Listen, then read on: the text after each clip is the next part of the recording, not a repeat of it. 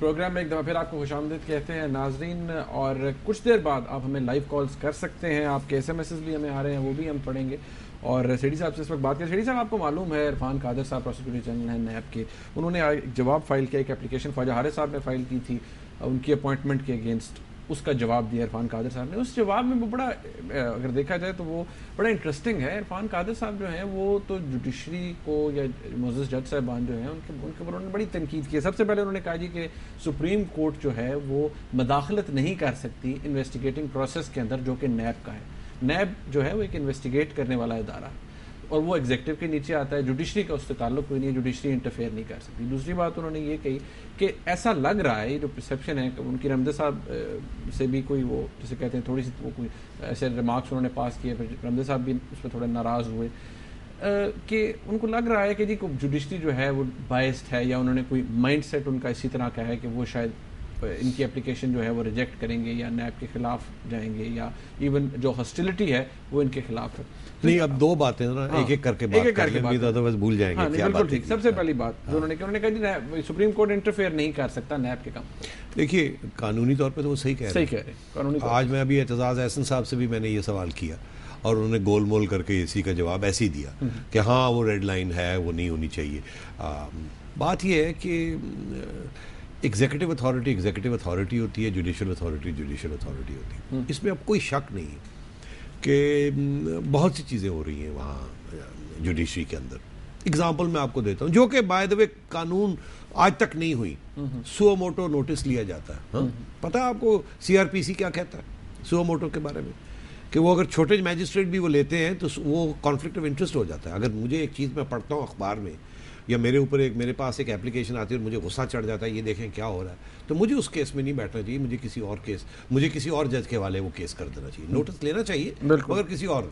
यहाँ ऐसे होता ही नहीं है जनाब। जो जज साहब सुओ मोटो नोटिस लेते हैं वही अपने आगे सामने सब कुछ बुला लेते हैं, और तो जाहिर हो जाता है कि ये अब क्या फैसला आएगा इसमें। तो ऐसे नहीं होता। सिमिलरली मैं अभी ये बात हो रही थी कि जी जजेस की अकाउंटेबिलिटी की बात हो रही थी, अपने दायरे में रहना चाहिए। मेरा ख्याल है एक वाहिद मुल्क है जहाँ ये 18th अमेंडमेंट से पहले फैसला ये हो गया था कि जी जजेस जो हैं वो खुद ही अपने आप को अपॉइंट करेंगे और उनको निकाल भी कोई नहीं सकता, खुद ही निकाल सकते हैं। तो चौधरी एतजाज़ कहने लगे नहीं, हमारे हमसाए मुल्क में इंडिया में ऐसे है, और किसी मुल्क में ना हो मगर हमसाए मुल्क इंडिया में है। मगर वो भूल गए, मैंने उन्हें याद नहीं दिलाया। मैं उस वक्त फ्लो में बात नहीं करना चाह रहा था, उनकी कथा कलामी नहीं करना चाह रहा था। मगर बात ये कि इंडिया में पार्लियामेंट जो है वो इम्पीच कर सकती है जज को। यहाँ तो पार्लियामेंट का कोई पावर ही नहीं है इम्पीच करने के लिए। उन्होंने तो पावर अपनी जुडिशल काउंसिल में रखा हुआ।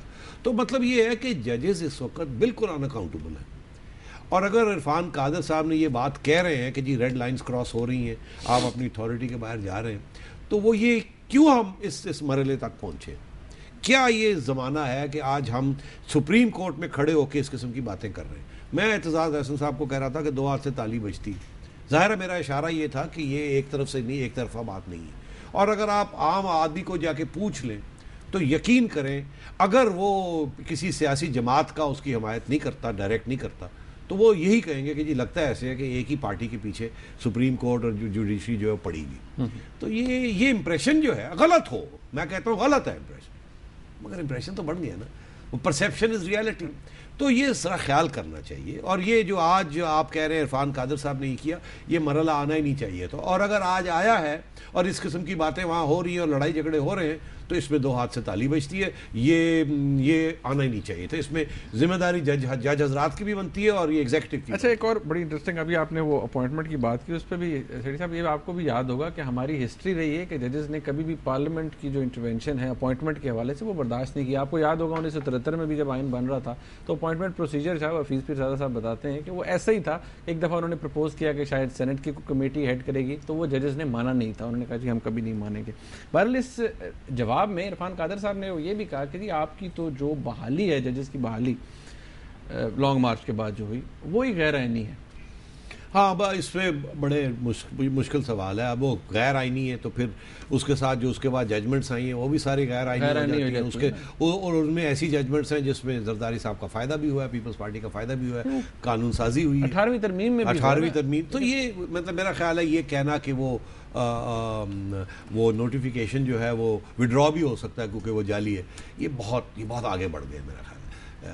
इन कादर साहब को इतना आगे नहीं जाना चाहिए था। ये तो स्ट्रेट फॉरवर्ड धमकी दे रहे हैं, और धमकी देना नहीं, ये बिल्कुल मुनासिब बात नहीं है, बिकॉज ये धमकी है और कुछ नहीं, कि जी ये इशारा है ना कि हम विड्रॉ भी कर सकते हैं। अच्छा, नहीं, ये एक और बड़ी इंटरेस्टिंग बात है ना, उसके बाद हम नाज़रीन को लाइव कॉल्स भी हम लेंगे, कि उन्होंने अपने जवाब के अंदर जो उन्होंने फाइल किया है, और मज़े की बात है जो एडवोकेट ऑन रिकॉर्ड हैं उन्होंने ये जवाब दाखिल करने से इनकार कर दिया। वो शायद उन्होंने जब पढ़ा उन्होंने कहा ये तो इतना डिरोगेटरी स्टेटमेंट्स हैं इसके अंदर कि मैं दाखिल ही नहीं करता, झाड़ पड़ जाएगी।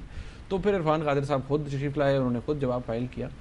उन्होंने अपने आर्गूमेंट्स जो आज दिए कोर्ट के अंदर, उनमें ये बातें उन्होंने मेंशन नहीं की, सिर्फ रिटन मेंशन की है अपने जो पूरा केस की वो आज कर रहे थे प्रोसिक्यूट के, तो उन्होंने ये बात मेंशन नहीं की क्या कि यही सारे जो इल्जाम थे ये सिर्फ वहाँ पर बात हुई है। उन्होंने लिख के जो जवाब फाइल किया उसमें लिखा हुआ है अपनी आज आर्गूमेंट्स के अंदर कहीं भी उन्होंने जाहिर है, मेरा ख्याल है उन्होंने, उनकी कोशिश ये थी कि ये एक बात कर दी जाए और इस हद तक आगे ना बात जाए कि फिर लड़ाई झगड़ा ही हो जाए और फिर गाली गलौज पे आ जाए। मेरा इन्फॉर्मेशन के मुताबिक कल एक पिटिशन फाइल होने वाली है एज एन इंटरवीनर्स पिटिशन। सलमान राजा साहब गालबन उसको आर्ग्यू करेंगे, ये 18th अमेंडमेंट के ऊपर ही।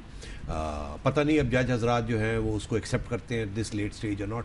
मैंने एतजाज़ एहसन साहब से ये सवाल किया, मैंने कहा आप 18th अमेंडमेंट आपने क्यों नहीं आर्ग्यू किया हुकूमत की तरफ से? तो कहने लगे नहीं, बस वो गोल गोल बात कर दी। फिर तो अभी भी वो ज्वाइन कर सकते हैं मगर वो नहीं करना चाह रहे, हालांकि वो खुद कहते हैं फाइल करनी पड़ेगी। हाँ, एक सेपरेट पिटीशन, मगर वो सेपरेट पिटीशन कल आ रही है ना, तो उसमें एतजाज एहसन साहब का भी नाम हो सकता था। बिल्कुल, अगर सलमान राजा साहब आर्ग्यू कर सकते हैं, मिंटो साहब आर्ग्यू कर सकते हैं, तो एतजाज भी कर सकते हैं। वो कहते हैं गवर्नमेंट के बिहाफ पे वो करना चाहते थे, वो कहते हैं मैं तो चाहता था। तो अब देखना ये है कि कल ये जज हजरात जो है एक नई पिटीशन जो आ रही है उसको एक्सेप्ट करते हैं, ये नहीं एक्सेप्ट करते। अच्छा सेठी साहब, हमारे साथ एक कॉलर हैं, अली साहब हैं कराची से। अस्सलाम वालेकुम। वालेकुम अस्सलाम, अली बात कर रहा हूँ कराची से। जी अली साहब। अच्छा, एक तो मैं आप लोगों का बहुत शुक्रिया अदा करना चाहूंगा कि आप लोग जो प्रोग्राम करते हैं वो बहुत अच्छा करते हैं और किसी सियासतदानों को नहीं बुलाते, ये बड़ा अच्छा आप काम करते हैं। इसकी वजह ये है कि मैं देखता हूँ रात 8 से 12 बजे तक हमारे सियासतदान, जिनको आवाम के अंदर होना चाहिए, हमारी खिदमत करनी चाहिए, 4 घंटे हर चैनल के ऊपर हमारा काम करने वाला सियासतदान आपके वहाँ बैठा होता है और ये सारे मुर्गे लड़ा रहे होते हैं। प्लीज खुदा के वास्ते इनको छोड़िए। और आप एंकरों से मैं ये कहना चाहूंगा, या तो आपकी तरह प्रोग्राम करें या फिर वो एयर कंडीशन रूम से निकल के अवाम में आए कि अवाम एक्चुअली क्या कहती है, क्योंकि आप लोग अवाम के हमारे स्पोक्समैन हैं, हमारी आवाज आप लोग मीडियम है जो आप लोग आवाज पहुंचाते हैं। तो प्लीज आप लोग तो बिल्कुल सही प्रोग्राम कर रहे हैं, लेकिन दूसरे एंकर जो हमारी आवाज, बड़ी मेहरबानी। मैं सिर्फ मैं इसमें ये कहना चाहूंगा कि तीनों चीजें होनी चाहिए, सियासतदानों को बुलाना चाहिए, अपनी पोजीशन वो डिफेंड करें, ये लड़ाने वाली बात नहीं है, वो भी जायज़ है, मगर ठीक है। दूसरी चीज़ ये कि हाँ, हमें इस किस्म के प्रोग्राम भी करने चाहिए। तीसरी चीज़ ये है कि हमें बाहर भी निकलना चाहिए, आवाम की भी बात करनी चाहिए। हम, मेरा ख्याल है सारा कुछ हो रहा है, ये ज़रा क्योंकि अब प्रोग्राम भी करने हैं लोगों की, और देखिए लोग देखते हैं, लोग पसंद करते हैं, ये भी एंकर जो हैं लड़ाते हैं सियासतदानों को, ये चिड़ियाघर जो बन जाता है, बड़ी रेटिंग्स मिलती है लोगों को, और ये तो एक बिल्कुल अब ये एंटरटेनमेंट बन चुका है। तो आप लोगों की एंटरटेनमेंट को मत बंद करने की कोशिश करें। सेठी साहब, हमारे साथ एक कॉलर हैं अल्लाह रखा साहब स्वीडन से। अस्सलाम वालेकुम जी। अस्सलाम वालेकुम जी। वालेकुम सलाम जनाब। जी अस्सलाम वालेकुम। ये मोहित साहब बात कर रहे हैं या अपना सेठी साहब? मैं नजम बोल रहा हूँ जी।